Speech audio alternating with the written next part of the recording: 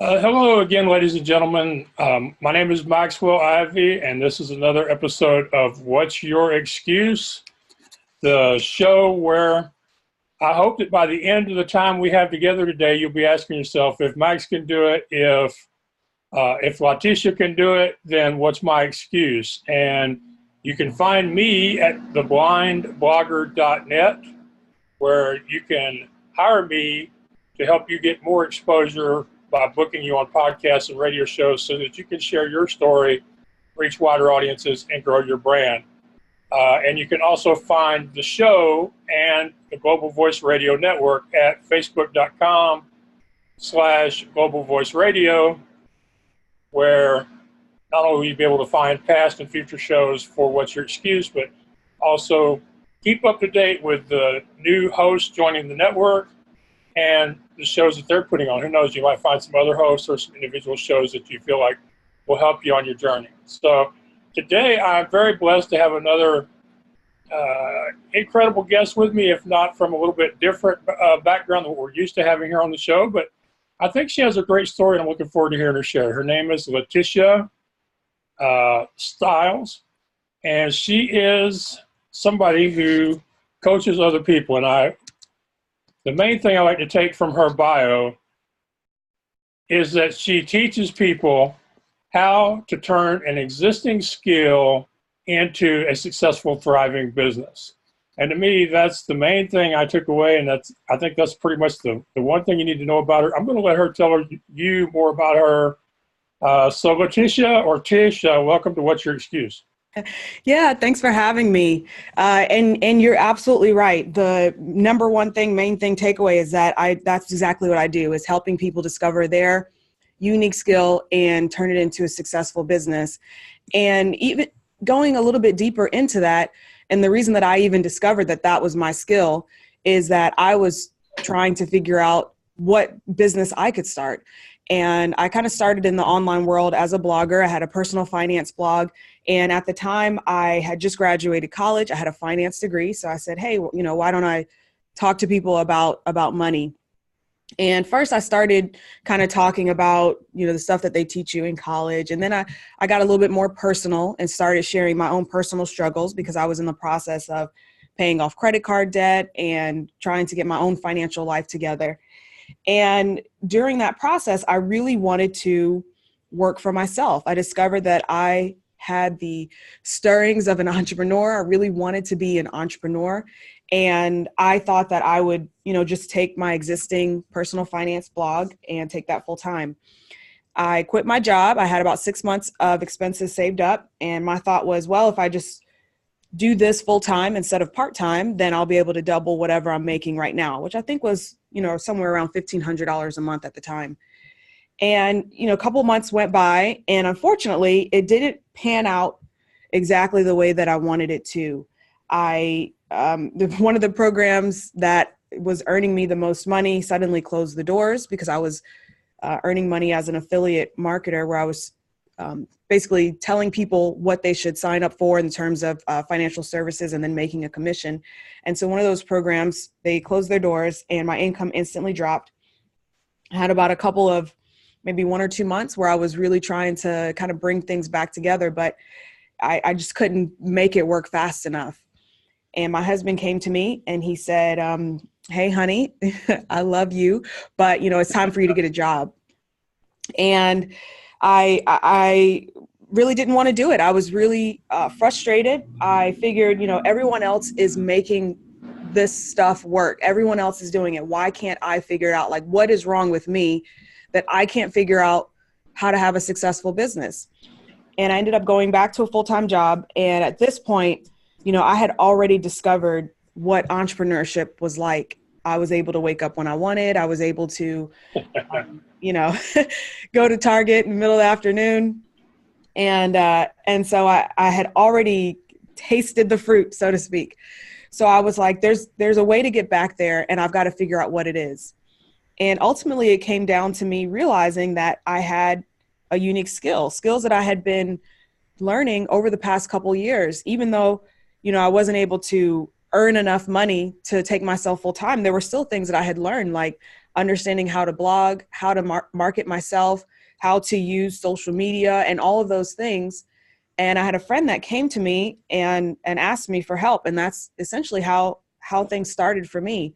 I started helping him with his social media and his, blog and all of those things, started booking clients and turned my skill of digital marketing into a consulting, and then later started teaching and coaching and helping others to do what I had been able to do for myself.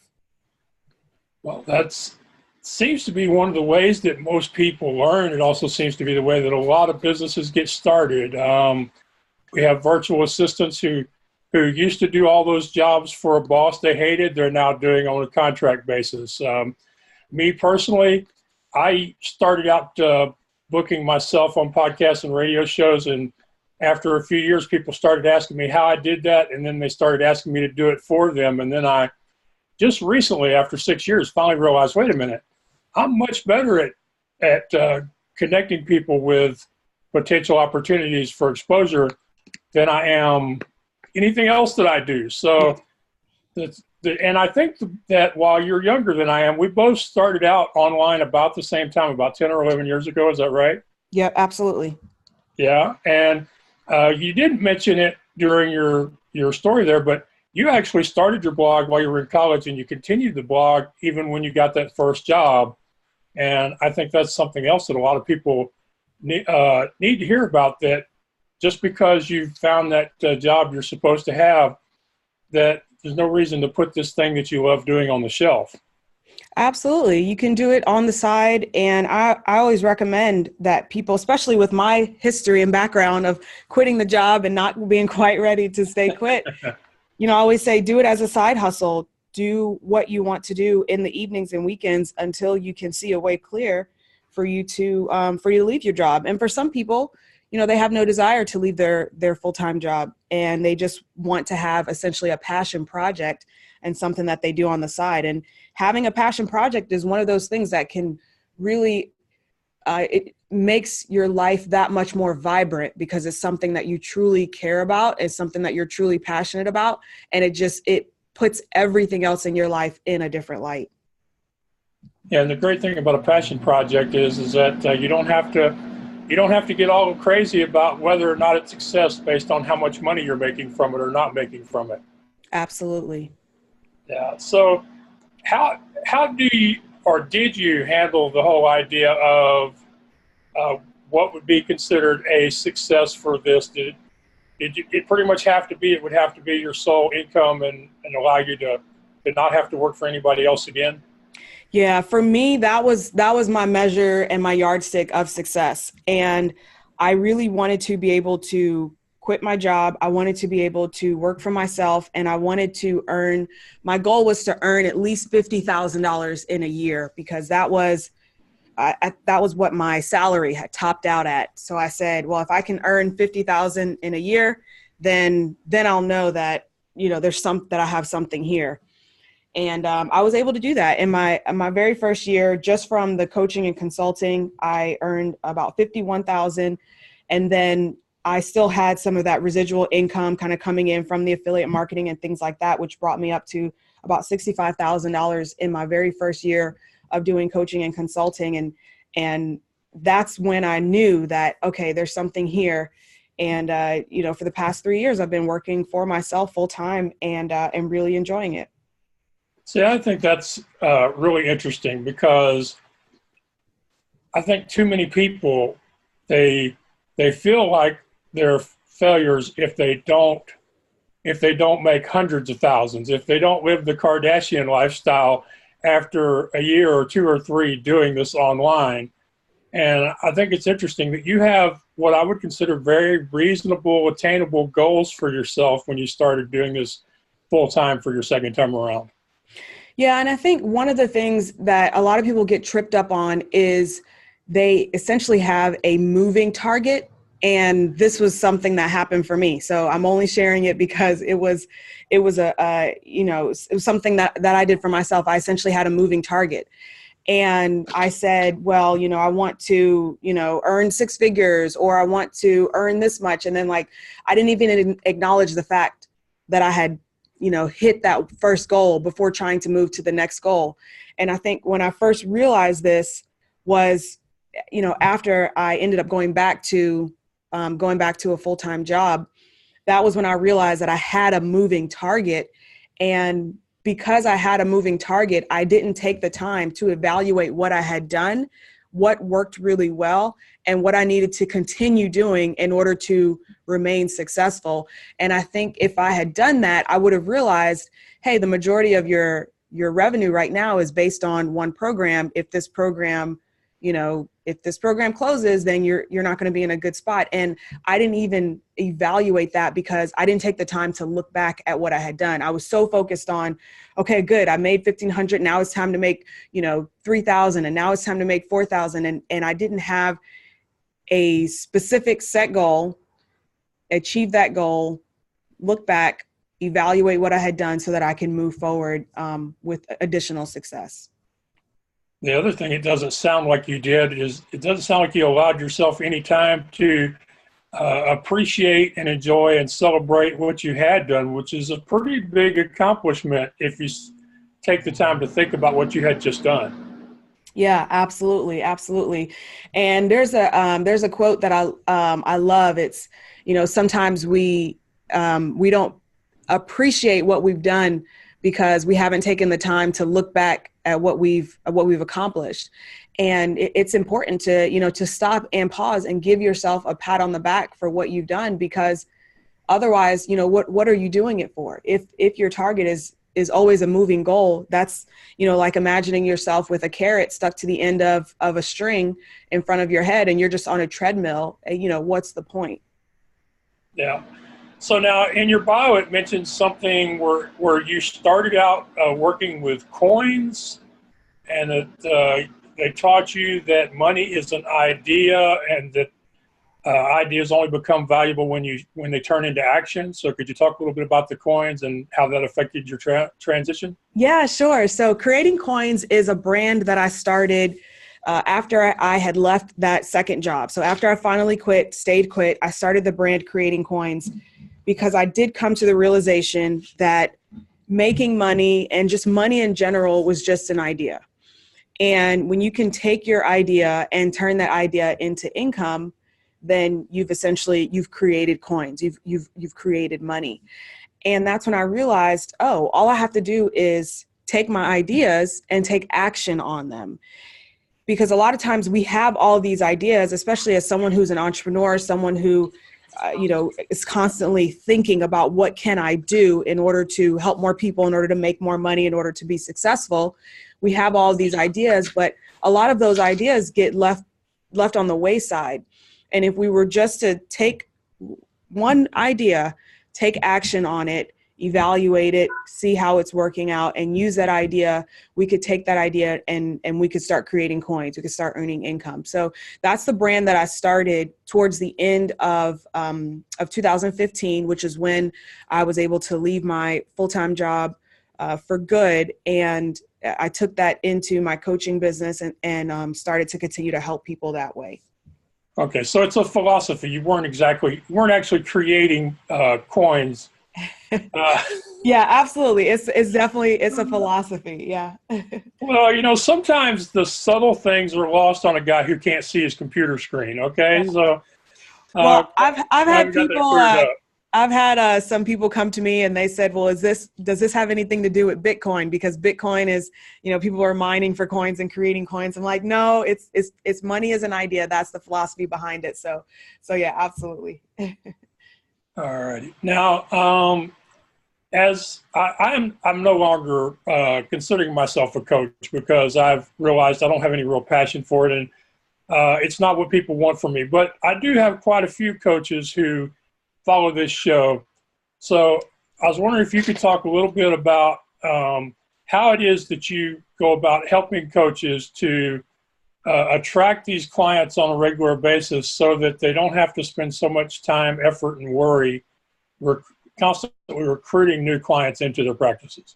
Yeah, sure. So one of the main things that I see with coaches, service providers, consultants is that we're usually saying the same things over and over and over again.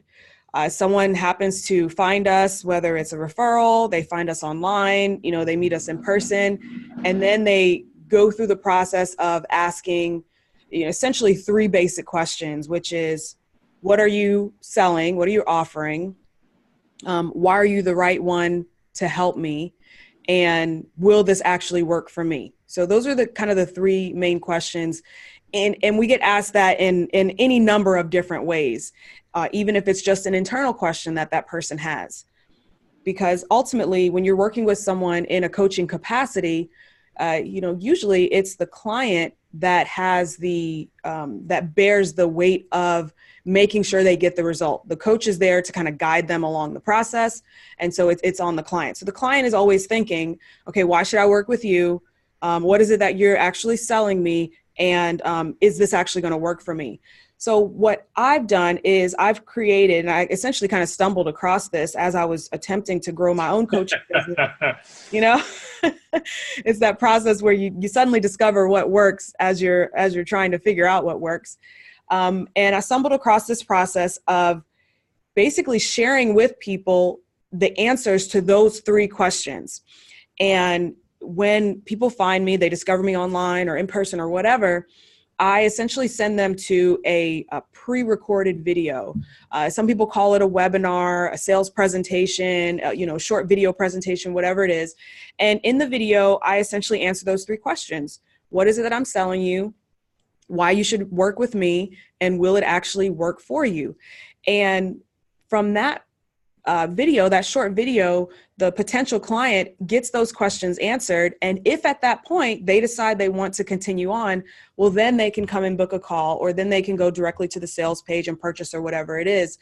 And that process that I put into place for myself was what allowed me to stay quit, was what allowed me to continue to create sustainable coaching income every single year. I've been able to create a full-time income because I had that simple system in place. And all I really had to do was figure out where those groups of people were that needed what I have to offer, send them to that presentation, and then my calendar gets booked, or people message me, or, however they decide to reach out to me in order to work together. So I decided to take that process and teach it to a couple of clients that were coming in who were asking me, well, how is this, working for you? So I said, okay, I can, I'll show you how it works. And I just started teaching them that process. I wasn't sure how well it was going to work for them. The first client that I worked with using that process, she was able to book people into her investing coaching program. And she made over $18,000 in the span of 2 weeks that she was doing her launch. And once I saw that, I thought, okay, great, this is working. It worked for her. Let me try it with someone else. And I basically took about 30 clients through that process of helping them figure out how to answer those 3 questions on a very simple, webinar video presentation, and how to bring people into their coaching business and do it on an automated basis. And that's what I've been able to do in the past couple of years for clients, as well as do for myself. All right. What are the 3 questions again? The 3 questions are, what are you selling me? Right? So people always want to know, what is it that I'm getting? What are you selling? What are you offering? Exactly. Okay. The next question is, will it work for me? So there's that doubt. And these come in any order. It doesn't really matter, but they want to know, will it work for me? Right? Are you just selling snake oil, or does this really work? Does this work for me? And then the final question is, why should I work with you? So what makes you special? What is it? Why can't I just go and take this thing that you told me works and do it myself, or go work with someone else? And when you can answer those 3 questions, it's like you've got a bow and arrow and you hit the bullseye, and that person, they can't help but to start working with you, because all those 3 questions have been answered and satisfied. All right. Now, this video you've created, is this what some of the other coaches would call a sales funnel? Absolutely. The technical term, the jargon, would be like a webinar sales funnel.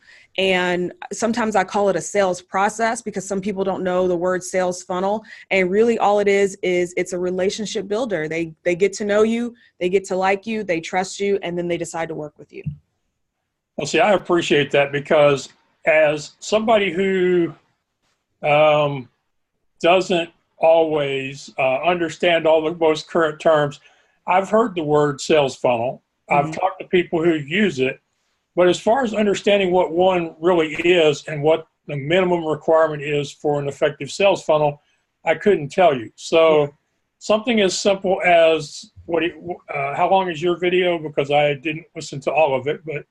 Sure. The video that I have is anywhere from about 45 minutes to an hour. Sometimes it goes a little bit over, but anywhere, I would say 45 minutes to 90 minutes is usually going to be about a good presentation length.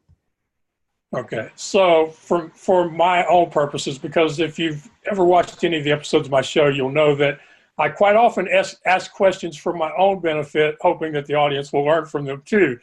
I'm wondering if maybe I should start people on my homepage with a, say, 90-second to 3-minute video, and then if they're interested in that, have them watch my webinar. Yes. So to answer your question, I don't always send people directly to the webinar. Reason being is that there are other ways for people to get to know you, like you, and trust you before they're willing to give you their time, to give you 45 to 90 minutes of their time. That's a big ask. Sometimes I'll start with shorter videos. So I'll do maybe 3-minute videos on YouTube, 10-minute videos on YouTube, and kind of hit different angles of, what I do. I, teach just a little bit, kind of sharing those individual pieces. And then from there, I'll say, hey, if you'd like to take this further, I've done a full presentation where you can kind of get a better idea of it. Then they can come into the webinar. And at that point, they're willing to give you 45 to 90 minutes of their time because you've already given them so much value. All right. And when they watch the webinar, are they required to submit their email address to a list in order to watch the webinar? Absolutely. Now, I do have some friends who have tested just sharing the webinar without requesting an email. And so as with anything in marketing, the answer is always, it depends, or just test it.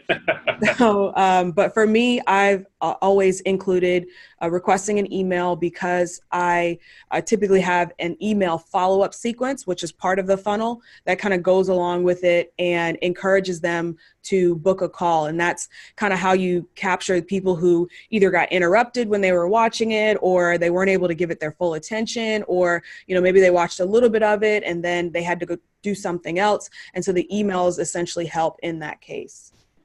And approximately how many emails are there in the email follow-up that you would send out to people who have watched the webinar? I typically do a minimum of 5 emails, and I think the current one that I have going has about 9 emails in there. So basically it's more of a catch-all versus I'm just going to hammer this until you say yes. It's basically like, hey, here's me just giving that, that couple touches, the 5 follow-up touches or 7 touches or whatever it is. And then, if at this point, I can tell you're not interested, then, you're free to unsubscribe or stay on the list until you decide that, it is time for us to work together. All right. Now, and what's the interval between each of these emails that go out after the webinar? Daily. So 1 every single day. Okay. All right. So I'm trying to get a feel for this because it's not something I've done. And it's something I need to get better at, because I'll be the first to admit that when it comes to putting systems in place of any kind, I'm horrible at it. I recently started working with a coach myself, Denise Joy Thompson, who has been helping me a lot with creating documents so that I don't have to write the same stuff over and over again. And so having somewhat of a template to work off of, seeing what's been working for you, that's really helpful for me, and hopefully it'll be helpful for people who are listening to this who might decide to contact you and have you set this up for them. Because the one thing I've learned is that there are a lot of things people can figure out for themselves, but that doesn't mean they want to do the hard work of actually setting it up and making sure it works the way it's supposed to for themselves. Yep, absolutely. Completely agree. Yeah. So, how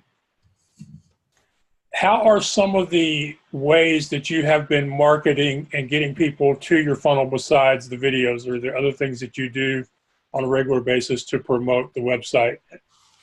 Yeah. So the great thing about having that sales presentation is that once you do have that really good asset, that one piece of content that answers those questions, you can market in any number of ways. Some of my favorite ways are obviously creating YouTube videos. So I really love doing that. I feel like that's a great way for people to immediately get to know you because they can hear your voice, and it's a little bit stronger than just text. But then I also offer, I use Pinterest sometimes, so I'll create guides, so written guides. I'll put that on my website, and then I'll pin that onto Pinterest. I've had people who said that they found me on Instagram and they happened to be scrolling through, and I used some certain hashtags, and they looked at my profile, and my profile had a link to the training. They watched the training, and then they came and decided to work with me. So podcasts obviously is another great way. I would say as far as getting people into wanting to work with you, my number one way is video, because you can control that. But then my second way obviously is getting booked on podcasts, because with a podcast, it's similar to speaking on a stage. You have the opportunity to talk more about what you do. People can hear you, and it's that casual conversation that allows people to kind of get to know you better. And the great thing about a podcast is when someone first discovers a podcast, usually what they do, they'll go back through all of the episodes and they'll kind of binge listen. And so you have the opportunity after doing a podcast to have people come in and hear you even, weeks and months after you've recorded your episode. I appreciate you making the case for me. Thank you very much. I threw a little softball up there for you. Yeah. I'm not going to send you a check, but I will. But I will feed you at some point in the future. Sounds good. But yeah, they are. But the one thing that I have noticed it's different about podcasts versus television and radio, and I know that you've done television as well as radio. Is on a podcast, you may have 30 minutes to an hour, but when you do local television or national television, you're going to get 5 minutes to 15 minutes at the absolute most. Yep. It's really hard to make the kind of impression you were just talking about in that shorter period of time. Yeah, absolutely. Absolutely. Yet the Holy Grail seems to be getting on the major TV morning shows or news shows. And I just wonder how much actual benefit there is. Have you been able to track your appearances on, like the local affiliate stations to see what the results, the return on your investment for that time is versus doing a podcast? Yeah. So the biggest return on investment that I've gotten from getting on TV is being able to leverage the fact that I was on TV. Okay. As far as directly seeing people come into, giving me their email address, come into any of the funnels or reach out to me. I haven't necessarily seen that from TV appearances. So using those clips as part of my speaker reel in order to get speaking engagements as part of credibility builders, that's essentially how I've been using TV in my marketing mix. But it's not necessarily, like I said, it's not necessarily directly related to people signing up. Whereas I was on this one podcast a couple of months back, and I had someone that came and they said, "Hey, I just heard you on this podcast, and I wanted to reach out and let you know that I really appreciated the episode." So I will say that I hate to say that television is a I don't want to say like dying art, but people are not watching TV as much. They're more focused in on social media and like Netflix and pre-recorded. So it's not as, you don't get the same visibility that you used to get in the past. Right, but it still has value as far as establishing credibility, because people still have that that respect when they hear that somebody has been on a given TV show, channel, or network. Yep, absolutely. Okay, I hadn't really thought about that, because I was actually starting to believe that unless you were appearing on one of the major talk shows, that doing television was probably not worth the time it would take to actually achieve the booking. But when you remember that one of the things that will encourage people to hire you is proving that you're the expert in the field. And Yep. if having those TV appearances makes that case, then they still have value. Yep, absolutely. Okay. All right. That's good. Now, you mentioned being a speaker. When you give these talks, are you generally speaking about finance or about starting businesses or growing businesses through your methods, or what do you usually talk about when you are on the stage? So typically when I'm on the stage, I'll be speaking to an audience of people who are essentially just getting started with their business. Ideally, I'd love to speak to coaches, obviously, because that's, those are my potential clients. But, sometimes I'm speaking to a more general audience of people who are just interested in starting their entrepreneurial journey so they can, start earning more money or have a side hustle. So my main topics are in money. So how to earn more money, ways to earn more money, as well as obviously creating a system to help you generate more clients. So that's typically what I speak on. Right. And have you ever put on your own events, workshops, or speaking events where you were pretty much the sponsor or promoter or whatever? Yeah. So I've done one event so far myself, which was a workshop. Actually, I've done two events. So I did my first event locally, doing a brunch. It was like a brunch event, and we brought out about 8 to 10 women who came out to the event. And we had a chance. It was myself and it was another young lady who also had the same type of audience as me. And we kind of talked about how to improve your business and ways to improve, ways to improve your business. And then as a part of a conference, I knew that I had several people that were in my audience that were going to that conference. So I hosted my own, essentially my own meetup during the conference and just did a short presentation on how to, kind of set up your first funnel and how to think about that. I think with speaking engagements, one thing to remember is that unless it's super, super targeted to your own niche and you're setting it up and you're saying, these are the people that I want, it's good to have a broader topic in your arsenal so that it's essentially a lead generator, something that can bring people into that process of getting to know you. And then they can kind of self-select during the process to figure out if they want to work with you at a deeper level. And those are some good points. And are you at the point now where you are still seeking out speaking, or have you gotten to the point where they are now finding you? I would say I'm around that midway point. I had the speaking engagement, couple speaking engagements this year. One of the ones was recently in October, and it was someone who reached out to me and he said, "Hey, I've been seeing your ads all over, and it looks like you would be a great speaker for my event." And it was actually right here in Memphis, which is surprising because I don't often have to travel for my speaking engagement. So that was perfect. It was right up the road. And had an opportunity to speak there and bring a couple people into my program, which was great. So I think that, if I were to do a little bit more advertising of saying, hey, I'm speaking at events, then I could, kind of bump that up. But I think going forward, what I would prefer to do is host my own events. And that's likely on the horizon for 2020. And I guess I didn't mention this, but I do also host a retreat. So I host a retreat each year. And this upcoming one is going to be in Playa del Carmen in February. So it's an event, but it's more like a workcation, so to speak. Yeah, I've heard about these things. I haven't been invited to one of them yet, but I've heard about them.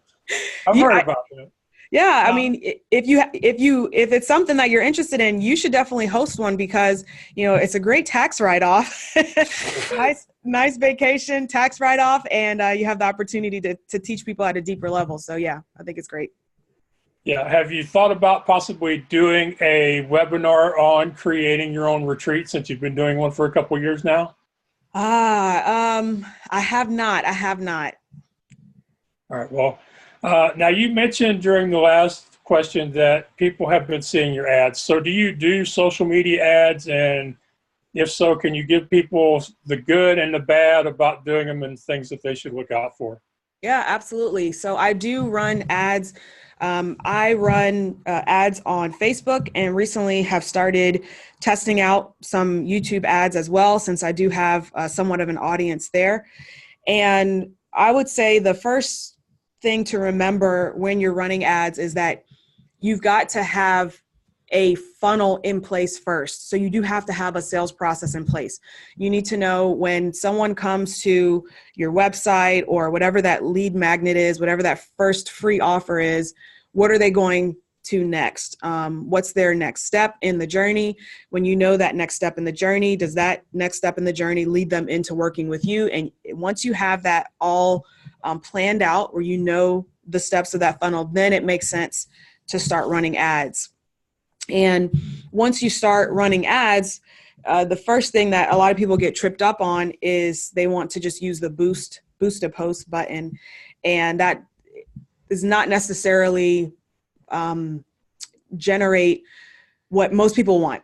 What most people want is they want leads, they want email addresses, they want, that end result of someone signing up for something.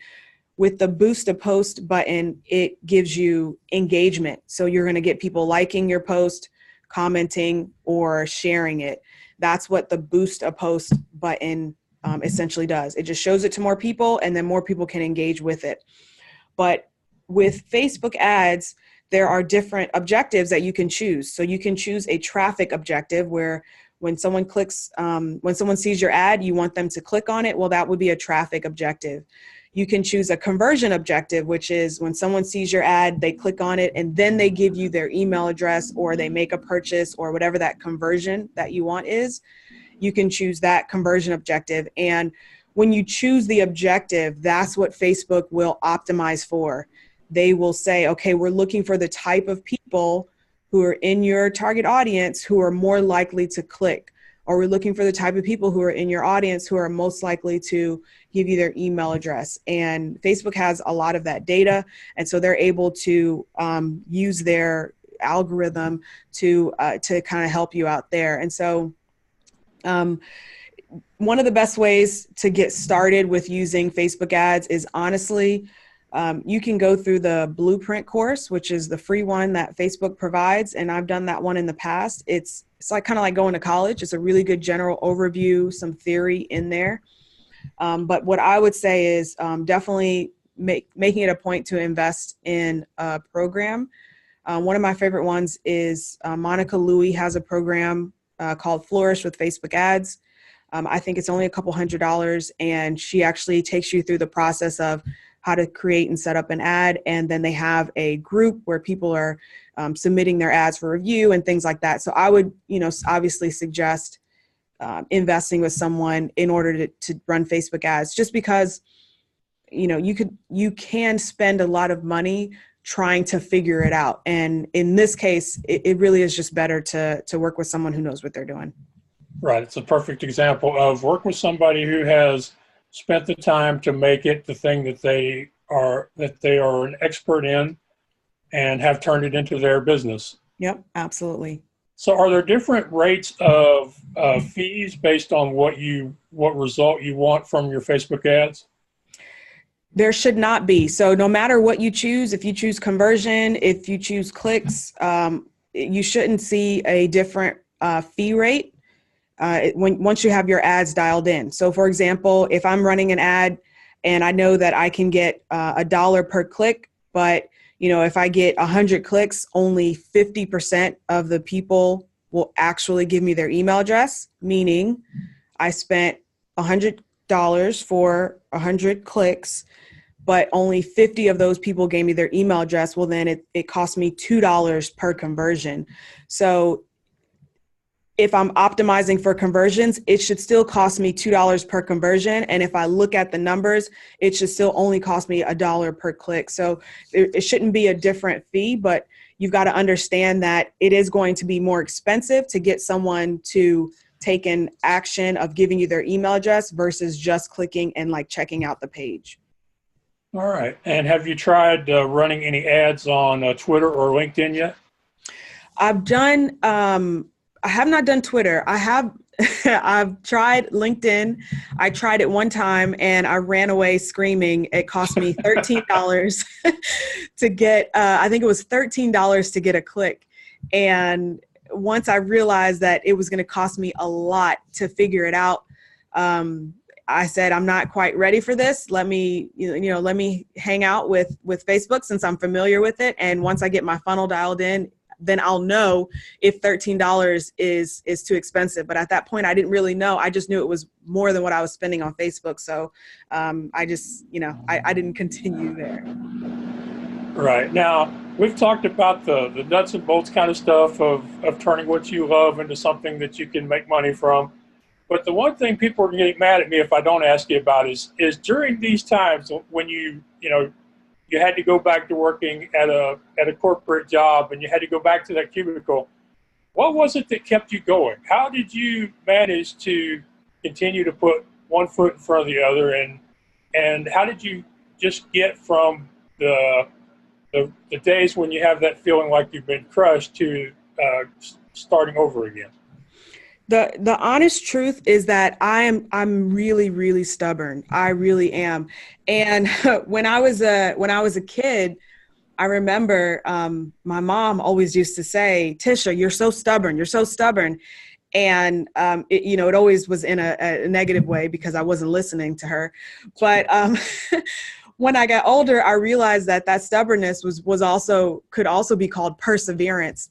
And honestly, like I was just too stubborn to give up. I knew that I had seen this vision of myself being successful. I knew that there was a way to get there. I knew that other people had done it and that there was nothing that was different about me other than, my upbringing, where I lived, like all of those things that people look at first. Well, they say, well, you're a woman, or well, you're Black, or well, you're from this part of town, or well, you're this, or well, you're that. And I saw people who looked like me. I saw Black women who were successful. So I said, I can't use that excuse. I saw people who came from Georgia who were successful. We had a president that came from Georgia. So I said, well, I can't use that excuse. So I stopped paying attention to the excuses that I had. And I started looking at, well, what am I good at? What are the things that I think are going to hold me back? And how can I make that a positive? I thought being introverted was going to hold me back. And instead, I switched that around and said, well, I create introvert-friendly systems.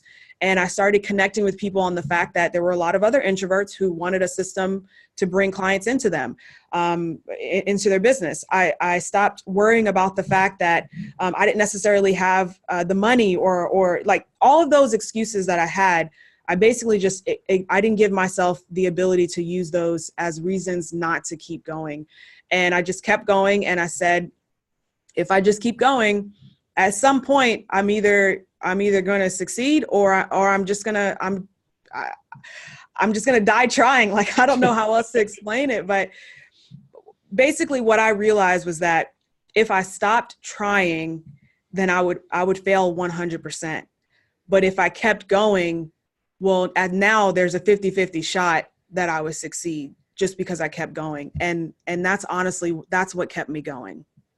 Right. Well, you do realize the difference between stubbornness and perseverance is the expression on your face. Yeah.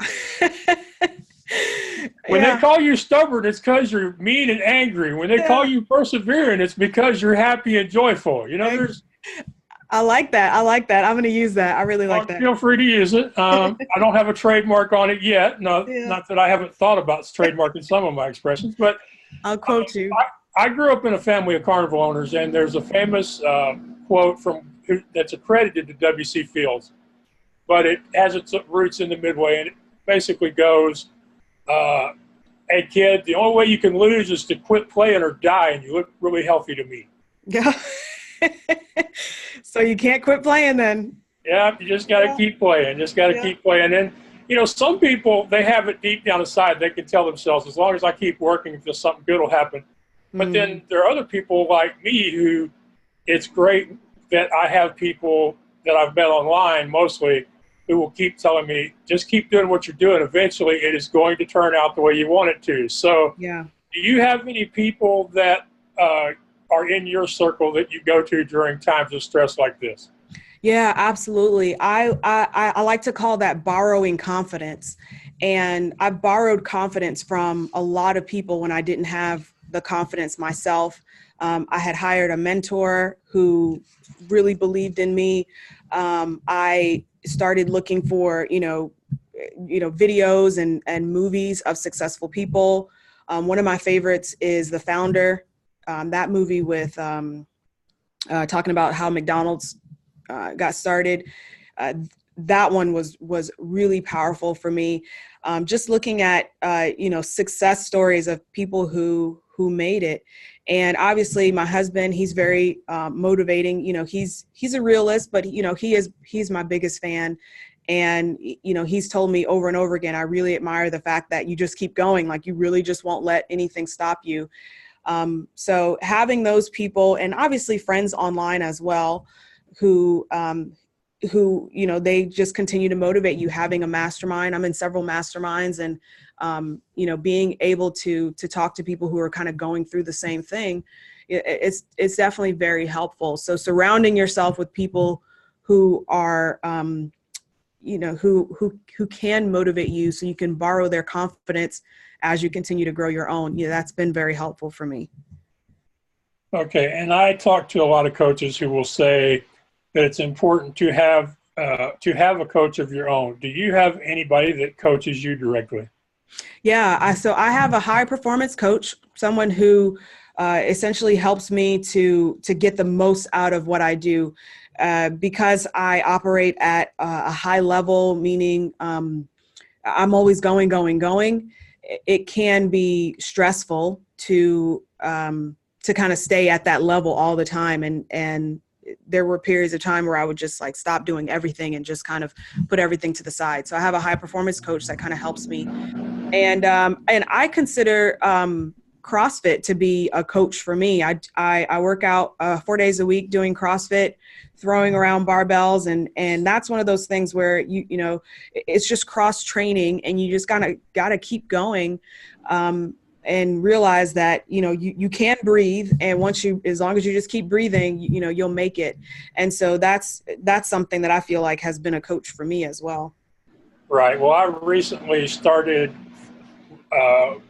using weights for the first time since I was in high school, at the insistence of my physical therapist, and I still don't like them.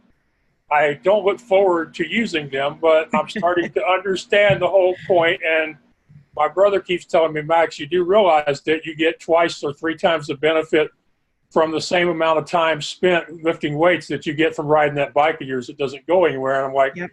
You can keep talking to my head, but the rest of me ain't listening. Well, just so you know, no one really likes the barbell. We just kind of put up with it. So. Yeah. And you also mentioned being an introvert. And so is that something that still catches up with you, or have you pretty much conquered being an introvert, or is it something you just learned to live with? Yeah, I mean, it's definitely something that it still gets me at times. There was an event that I was supposed to go to, and I had signed up for it. I paid the money to go. And then at the last minute, I was like, I don't really want to go because I don't want to talk to anybody. And so I'm sure I would have been able to, talk to people and potentially get referrals and make business. And so, yeah, it's still something that, affects me. I have come up with, things to motivate myself. I create games for myself. So going to networking events as an introvert is just really draining. But I'll create a game where I'll say something like, well, I've got to talk to at least one person. And usually by the time I talk to one person, it's kind of like, you get the ball rolling and that momentum goes from there. So after I talk to the one person, then, maybe I chat with someone else, and it makes it a lot easier. But I will say that I thought that being an introvert was going to be the death of my business, because I wasn't the type of person that wanted to go to networking events and get a lot of business from referrals or calling people and all of that.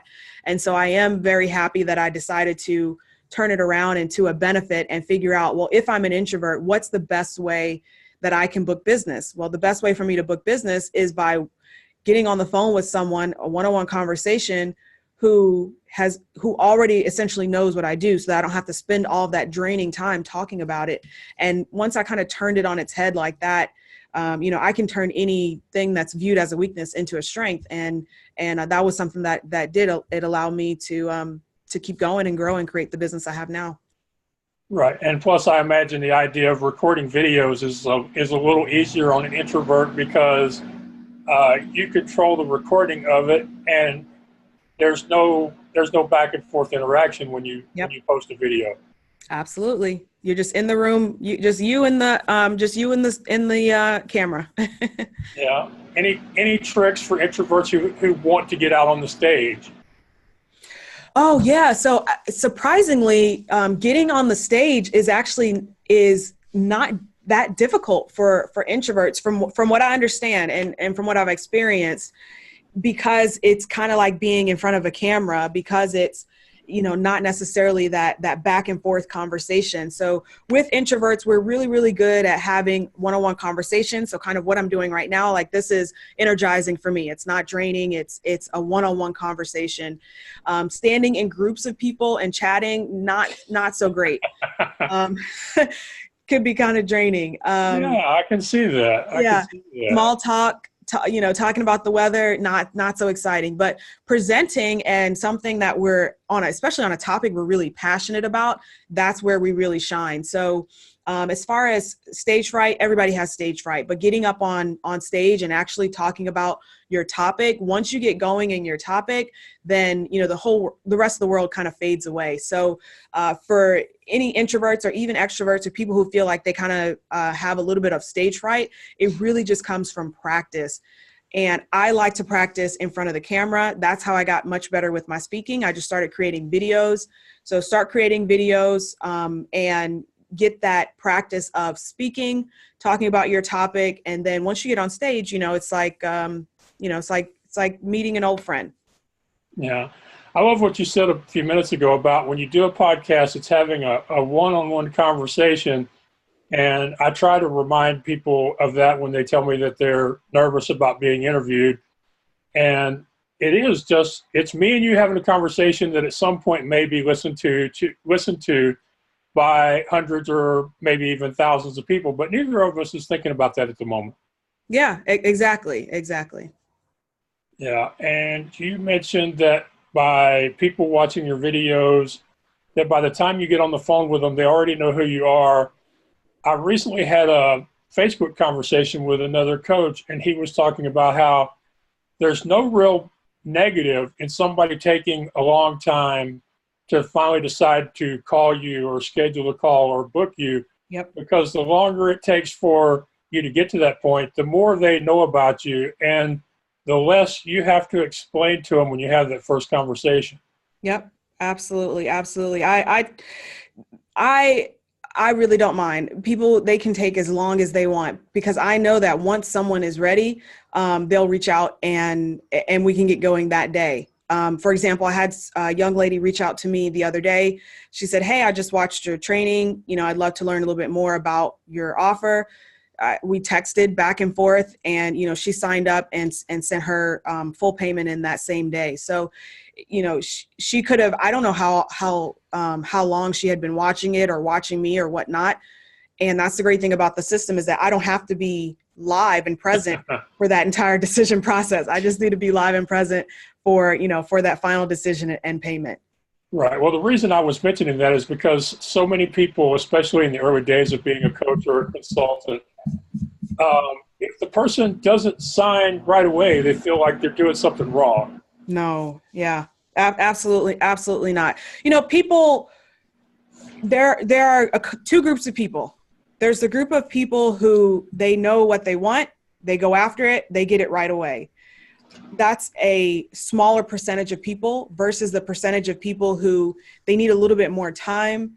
They're battling with their past, times that they failed. They're battling with, other people in their life that they are being influenced by. So there are other forces at play versus they just want your program. And so, it's that process of them trying to come to grips with all of that before they actually make that decision. So, there are some coaches who they believe that the only people that are out there are the people who find you and say yes the first time around, and that's not necessarily true. Yeah, I was just trying to reassure some of the new coaches that just because if there's a legitimate reason why you're not booking these clients or why you're not having the conversations, that's something you need to look into. But in and of itself, it's not a measure that you're necessarily doing something wrong or not doing it all the way right because they're not agreeing to hire you right this second. Yep, absolutely. All righty. Well, I try to be respectful of my guest time. So before we finish, what is one thing that you would like to share with people that you feel is the most important thing that you have learned during your journey, and then share with people how they can get a hold of you? Sure. So I would say the number one most important thing is to understand that everyone has their excuses. Everyone has their potential excuses or reasons why they're not able to do what they want to do. And the most important thing to understand that is if you just don't give up, you'll make it. There's that. I mean, that's really all I can say.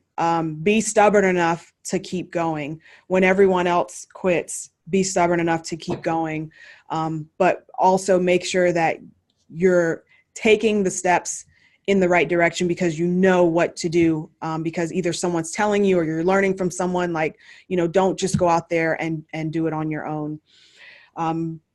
And so if you'd like to learn more about me or you want to see more of my story, you can do that by going to latishastyles.com, LATISHASTYLES.com. And if you'd like to kind of get started with learning about how I do the sales presentation and the webinar and all of that, all you have to do is go to latishastyles.com/free gift, all one word, FREEGIFT, latishastyles.com/free gift. You'll get my free 7 steps to creating a successful webinar, and I'll kind of take you through the process of what we do in order to bring clients in using a webinar presentation. All of my social media, if you want to connect with social media, everything is available when you go to latishastyles.com. So that is the best place to start. All right. Well, I really appreciate you taking the time to come on my show. I'm happy that we were able to connect through Andrew's website, and look forward to talking to you again at some point in the future. Yeah, thanks so much for having me, Max. This has been awesome. Well, thanks. I'm glad you enjoyed it. I appreciate you being here.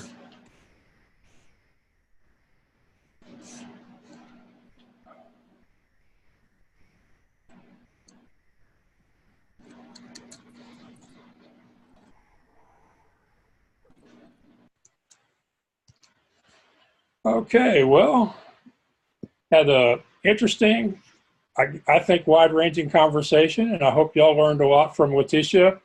I like to finish up by going back and thinking what I personally learned from her. And the one thing it seems that is most apparent is that if you have a skill, that you should be able to take that skill and turn it into a business. And in many cases, the skills we have are there. We should know they're there, but we may be focused on doing something else. In her case, she was trying to build an MLM business, which is multi-level marketing. She was doing affiliate sales. She was blogging, and she was recording videos. And she was doing all these things to promote that work that would eventually help her to create this sales funnel, this video sales funnel, that would not only allow her to be successful, but also her clients to be successful. So she took something that she realized later, after a little bit of adversity, that was a really valuable skill that she now is sharing with other people and is forming a very successful business and enjoyable life from it. And so what I would say is every one of us has something we do. We may do it for ourselves, like when I started appearing on radio shows and podcasts. We may do it for friends and family members and just not realize how valuable the service is that we're performing. And so go through the things you do during your day or week and think, is there something I am really good at, that I am excelling at, that people ask me how to do or ask me if I'll help them do it? And then think, could that be a business? Could it be a second business? Could it help me grow the business that I've already got? Or could it be a passion project? Could it be something I just enjoy doing that allows me to stay sane while I have my regular job and take care of my family? So hopefully y'all will take the show and give some thought to what I just said there. I'm really happy that Latisha decided to join us, and you can visit her website, latishastyles.com. And if you want to learn more about me and what I do, you can go to theblindblogger.net, theblindblogger.net. And if you would like to check out my audio series called On the Air, how to use podcasts and radio shows to share your story, reach a wider audience, and grow your brand, then go to theblindblogger.net/rockstar. And I think there's 12 or 13 audios there. It'll take you through the whole process from why I do this or you should do it, to creating the documents you'll need, to sending out the pitch emails, to appearing on shows, and then promoting the shows after you appear. And that's at theblindblogger.net/rockstar. I appreciate you taking the time to watch my show and listen to the audios. I know you have a lot of demands on your time, so I appreciate you spending some of that time with me. Again, you can, I'm hoping that you're going to enjoy hearing me on the Global Voice Radio Network, facebook.com/Global Voice Radio. I almost forgot to mention them again. Thanks to Denise Joy Thompson for inviting me and for creating a resource that's going to help me reach so many more people and share my guests with a much larger audience so they can inspire and motivate even more people. So until next time, thank you, God bless you, and take care out there.